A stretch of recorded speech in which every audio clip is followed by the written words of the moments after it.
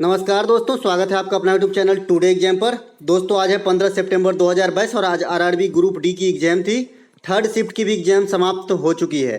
Third shift की exam में GK GS section से जो भी प्रश्न प्राप्त हुए सभी प्रश्नों को लेकर आ गए हैं। तो चलिए दोस्तों देख लीजिए कौन कौन सा प्रश्न पूछा गया था। एक प्रश्न पूछा गया था, गरीबी हटाओ किस पंचवर्षीय योजना में जो है इनका प्रमुख लक्ष्य था गरीबी उन्मूलन। तो ये आपका पांचवी पंचवर्षीय योजना था। इसमें प्रमुख लक्ष्य क्या था? गरीबी हटाना। ये इंदिरा गांधी के समय हुआ था, अब जैसा कि आप जानते हैं। ये इसके बाद सेकेंड पंचवर्षीय योजना जो है भारी उद्योग का पंचवर्षीय योजना रहा। इसके तहत दुर्गापुर, राउरकेला और भिलाई ये 3 कारखाना लगाए गए। उसके बाद प्रथम पंचवर्षीय योजना ये कृषि पर आधारित था, कृषि पर ज़्यादा बल दिया गया प्रथम पंचवर्षीय योजना में। बात करें प्रथम पंचवर्षीय योजना किस मॉडल पे थे, तो ये हैराल्ड डोमर के मॉडल पे, और दूसरा जो था ये पीसी महालनोबिस के मॉडल पे। योजना बनाने वाली संस्था जो था योजना आयोग था। गठन कब होती है योजना आयोग का? 1950 में। समाप्त कब हुआ? 2015 में। इसके स्थान पे कौन सा आ गया? तो नीति आयोग। तो ये सब बातें आपको ध्यान रखना है। चलते हैं आगे। अगला प्रश्न पूछा गया था, विद्युत मोटर में ऊर्जा का रूपांतरण कैसे होता है? कल भी पूछा गया था। तो विद्युत मोटर में जो है विद्युत ऊर्जा का यांत्रिक ऊर्जा में रूपांतरण होता है। इसका जस्ट उल्टा होता है आपका डायनमो। यांत्रिक ऊर्जा को विद्युत ऊर्जा में रूपांतरित किया जाता है। ठीक है, चलते हैं आगे। इसके बाद बल्ब जो है आपका विद्युत ऊर्जा को प्रकाश ऊर्जा में बदलते हैं। उसके बाद जो बैटरी है वो रासायनिक ऊर्जा को आपका जो है विद्युत ऊर्जा में ट्रांसफर करता है। तो ये सब बातें आपको ध्यान रखना है। मैंने डायनमो का उदाहरण भी दिया था इससे पहले वाले शिफ्ट में। ठीक है, एक प्रश्न पूछा गया था कि किस रंग का अपवर्तनांक सबसे अधिक होगी। कोई बता रहा है कि किस रंग की अपवर्तनांक सबसे कम होगी। इस प्रकार का प्रश्न पूछा गया था। मैंने आपको बताया है, अपवर्तनांक पूछा जाए या फिर विचलन कहा जाए या फिर आपका जो है प्रकीर्णन कहा जाए, ये सब जो है आप एक ही चीज़ समझिए। ठीक है तो थोड़ा थोड़ा डिफरेंस, लेकिन समझिए एक ही चीज़, क्योंकि सब डिपेंड करता है तरंग दैर्घ्य पे। जिसकी ज़्यादा तरंग दैर्घ्य रहेगी उसका ये सब उतना ही कम हो जाएगा। ठीक है, तो यहाँ पे ऑप्शन में नीला, पीला, हरा दिया गया था। अब यहाँ जब प्रकाश की वर्ण विक्षेपण हम पढ़े थे तो वहाँ मैं आपको सब बताया था कि जब आप कोई सूर्य के प्रकाश को गुजारते हैं तो ये 7 रंगों में विभाजित हो जाती है। सबसे ऊपर रेड आपको दिख रहा होगा और सबसे नीचे आपको बैगनी भी दिख रहा होगा। तो सबसे ऊपर रेड और सबसे नीचे होता है आपका बैगनी। तो रेड रंग की तरंग दैर्घ्य सबसे अधिक होता है, बैगनी रंग का तरंग दैर्घ्य सबसे कम होता है।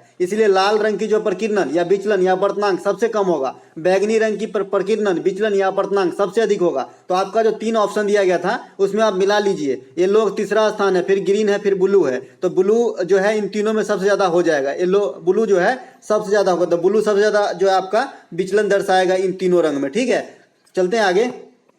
अगला एक प्रश्न है, गर्भधारण को रोकने हेतु यांत्रिक उपाय क्या है? ये परसों भी पूछा गया था और आज भी पूछा गया था। लगभग हर शिफ्ट में पूछा जा रहा है और यहाँ पे ऑप्शन भी सेम होते हैं। एक तो होता है कंडोम, एक कॉपर टी होता है, पुरुष नसबंदी होता है, गर्भनिरोधक गोलियां है। यहाँ पे यांत्रिक शब्द जोड़ा गया था। तो जब यांत्रिक शब्द जोड़ा गया है तो यहाँ पे दोनों ही यांत्रिक है। या तो कंडोम है जो पुरुष के लिए होती है, कॉपर टी जो महिला के लिए होती है, दोनों ही यांत्रिक होते हैं। तो मैं इसमें एग्जैक्ट आंसर आपको नहीं बता सकता हूँ। चलते हैं आगे। अगला एक प्रश्न पूछा गया था, चिपको आंदोलन से संबंधित प्रमुख महिला कौन थी? तो चिपको आंदोलन जानते हैं आप, उत्तराखंड के प्रमुख आंदोलन है। कल पूछा गया था कि गढ़वाल में कौन सा आंदोलन हुआ, तो चिपको आंदोलन। तो इसी प्रकार के जो है यहाँ पर गढ़वाल क्षेत्र में था। तो यहाँ पे गौरा देवी जो है आपका जो है चिपको आंदोलन से संबंधित है। वहीं पुरुष में जो इसके नेता रहे हैं ये रहे सुंदरलाल बहुगुणा। उसके बाद ये स्थान कहाँ रहा? उत्तराखंड में। और इसी प्रकार का आंदोलन आपका राजस्थान में भी चला था। इसके जो नेतृत्व की थी ये थी अमृता देवी बिश्नोई। इसके नाम पे अमृता देवी बिश्नोई पुरस्कार भी दिया जाता है पर्यावरण में वन्य जीव संरक्षण हेतु। ठीक है, राजस्थान में खेजरी के वृक्ष को जो है काटने से बचाने के लिए इस प्रकार का आंदोलन किया गया था। ठीक है, तो पहले जो है राजस्थान सरकार जो है अमृता देवी बिश्नोई पुरस्कार शुरुआत किया था। बाद में 2013 में केंद्र सरकार भी अमृता देवी बिश्नोई पुरस्कार देते हैं वन्य जीव संरक्षण के क्षेत्र में। एक प्रश्न पूछा गया था, महात्मा गांधी हिंदी विश्वविद्यालय कहाँ है? तो ये वर्धा में है। और कल पूछा गया था कि लाल बहादुर शास्त्री संस्कृत विश्वविद्यालय कहाँ है? तो ये दिल्ली में है। ठीक है, चलते हैं आगे। अगला एक प्रश्न पूछा गया था कि सोडियम बाइकार्बोनेट जो खाने वाला सोडा होता है Na2CN8 क्या होता है?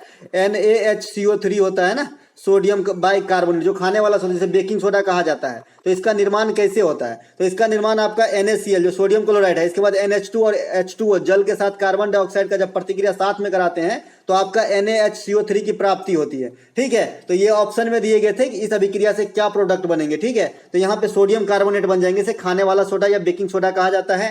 रासायनिक नाम सोडियम बाइकार्बोनेट है। एक होता है धोबन सोडा जिसे सोडियम कार्बोनेट कहते हैं खाली, और उसका सूत्र होता है CO3, ठीक है। और एक होता है caustic soda NaOH, sodium hydroxide. और एक होता है milk of magnesia MgOH, magnesium hydroxide. तो आपको सारे बात ध्यान रखना है। फसल काटने के बाद कौन सी त्योहार मनाई जाती है? ऑप्शन में सिक्किम, मेघालय और नागालैंड था, लेकिन हमें जो त्योहार का नाम है ये बच्चा नहीं बता पाया। अगर बचा था तो मैं बता देता कि कौन से राज्य में मनाया जाता है। वैसे फसल काटने पे जो है बहुत सारे त्योहार मनाए जाते हैं, तो देख लीजिएगा कि कौन सा त्योहार का नाम था। एग्जैक्ट नहीं प्राप्त हुआ। और अभी बता रहा हूं दोस्तों, जिनका भी कोई आज एग्जाम था थर्ड शिफ्ट में, कुछ क्वेश्चन अगर आपको पता हो तो हमें पोस्ट करें कमेंट के माध्यम से। मैंने वहां पे एक पोस्ट डाल दिया पोल के माध्यम से।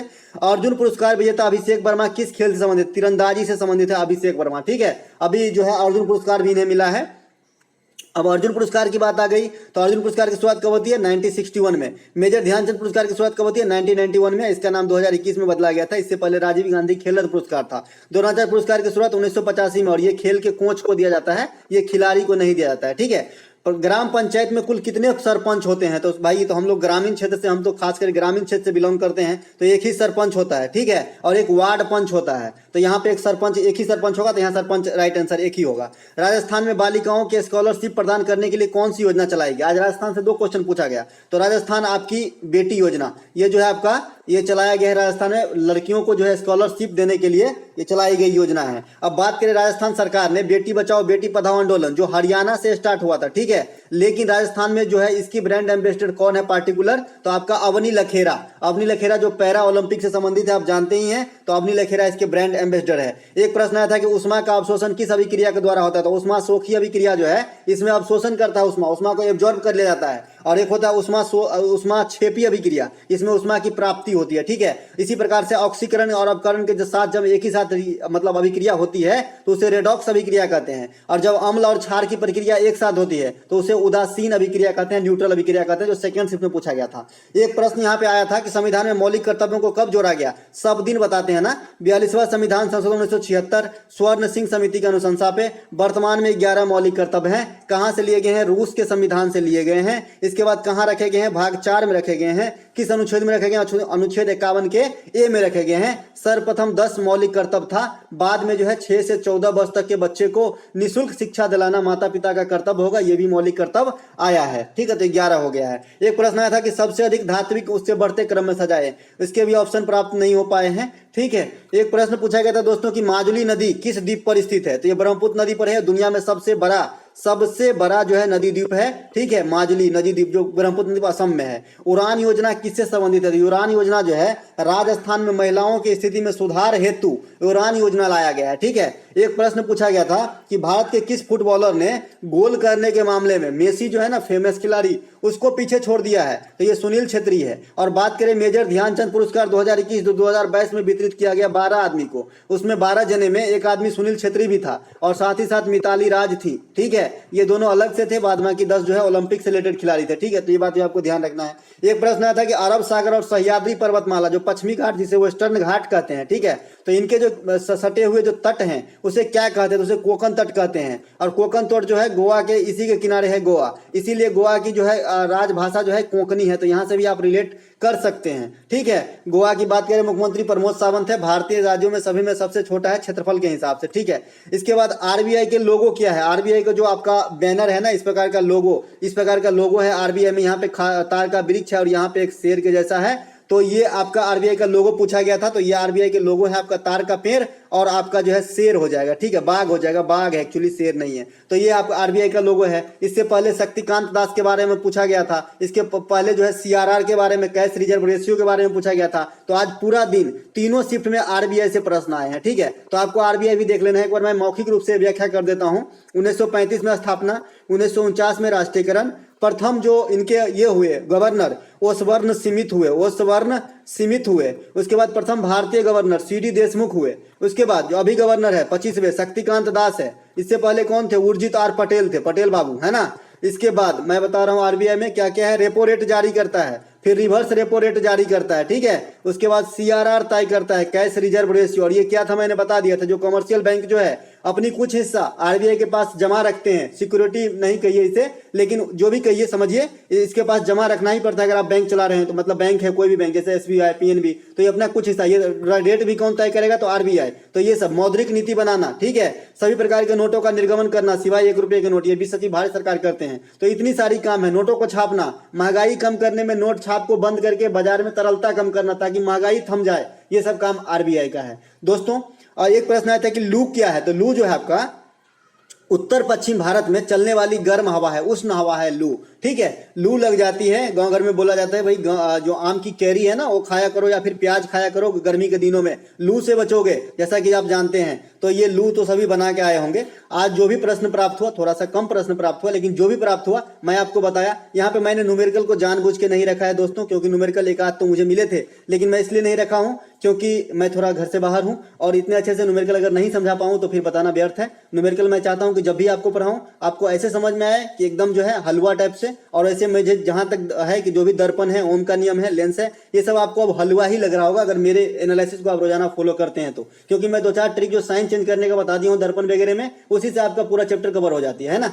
तो दोस्तों अच्छा लगा हो तो लाइक कर लीजिएगा। मिलते हैं कंबाइंड शिफ्ट वाला वीडियो के साथ, तब तक के लिए जय हिंद।